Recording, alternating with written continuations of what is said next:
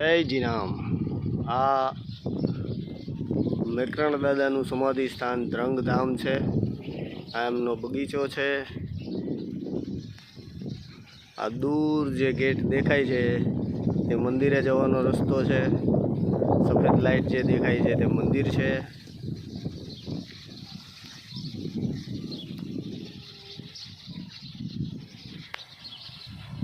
અહીંયા ધ્રંગધામની ધર્મશાળા છે। આ ધર્મશાળાની નીચે ભોજનાલય છે।